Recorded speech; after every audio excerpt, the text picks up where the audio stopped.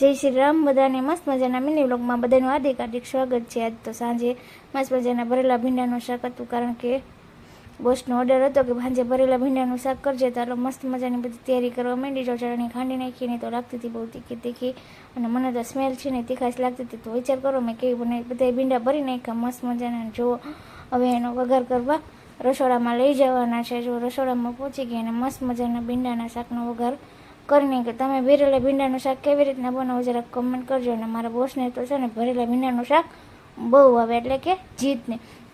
પછી રસોઈ કરતાં કરતાં ભૂખ લાગી ગઈ તો મસ્ત મજાનું એક કેળું ખાઈ લીધું. પછી રેડી થઈ ગયું બધું, બાજરાનો રોટલો, ભરેલા ભીંડાનું શાક, કેરી, ડુંગળીનું સલાડ ને મસ્ત મજાનું જમવા બેસી ગયા. જમી લીધું ને પછી મને લાગી હતી ભૂખ, તો મારે ખાવું હતું તરબૂચ. તો મસ્ત મજાનું તરબૂચ ખાઈ લીધું.